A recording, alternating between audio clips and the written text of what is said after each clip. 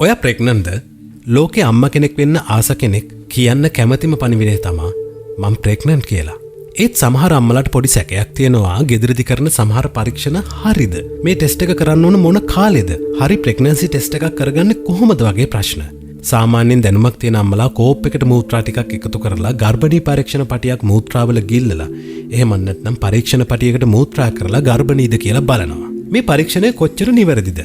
සාමාන්‍යයෙන් 99%ක්ම ප්‍රතිඵල හරි.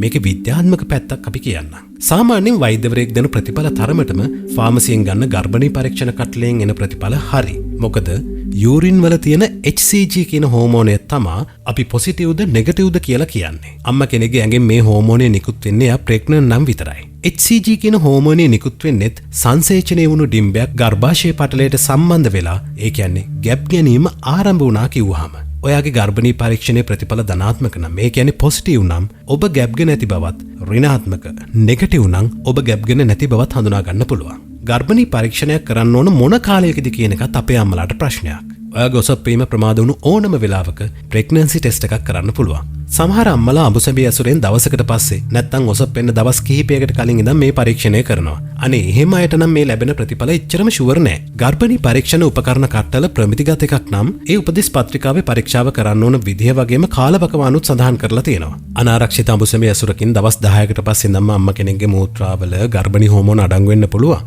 හැබැයි අනාරක්ෂිත ලිංගික හැසිරීමකින් පස්සේ දවස් 21ක් ඒ කියන්නේ සති 3කට පස්සේ ඔයාට ප්‍රෙග්නන්සි ටෙස්ට් එකක් කරන්න පුළුවන් නම් වඩාත් හොඳයි. දැන් ලොකු බබාලා ඉන්න සමහර අම්මලා කියනවා නේද මෙයා හම්බෙන්න ඉද්දි මට ප්‍රෙග්නන්සි ටෙස්ට් එකේ ස්ටික් එකටවත් පෙන්නුවේ නැහැ කියලා. ඒකට හේතු කිහිපයක්ම තියෙනවා. මේ ගර්භණී කට්ටල පාවිච්චි කරනකොට දිගු කාලයක් බෙහෙත් ගත්ත කෙනෙක් නම් ජානමය ගැටලු තියෙන කෙනෙක් නම් පොඩ්ඩක් පරිස්සමෙන් ප්‍රතිඵලවල නිර්වද්‍යතාවය චෙක් කරගන්න. ඔසප් චක්‍රයට අනුව ටෙස්ට් එකක් කරන කෙනෙක් නම් ඒත් අවධානයෙන් ටෙස්ට් එක කරගන්න. තව කල්ලිකුත්තුණු ගර්භණී පරීක්ෂණ කට්ටල භාවිතය වගේම ඒ පරීක්ෂණ කට්ටලේ හරියාකාරව භාවිතා නොකිරීමත් භාවිතා කරන්න තියෙන නොදනුවත්කමත් ප්‍රතිඵල වෙනස් වෙන්න හේතු වෙනවා. ඒකට කරන්න තියෙන හොඳම දේ තමයි උපදෙස් පත්‍රිකාව කියවන එක.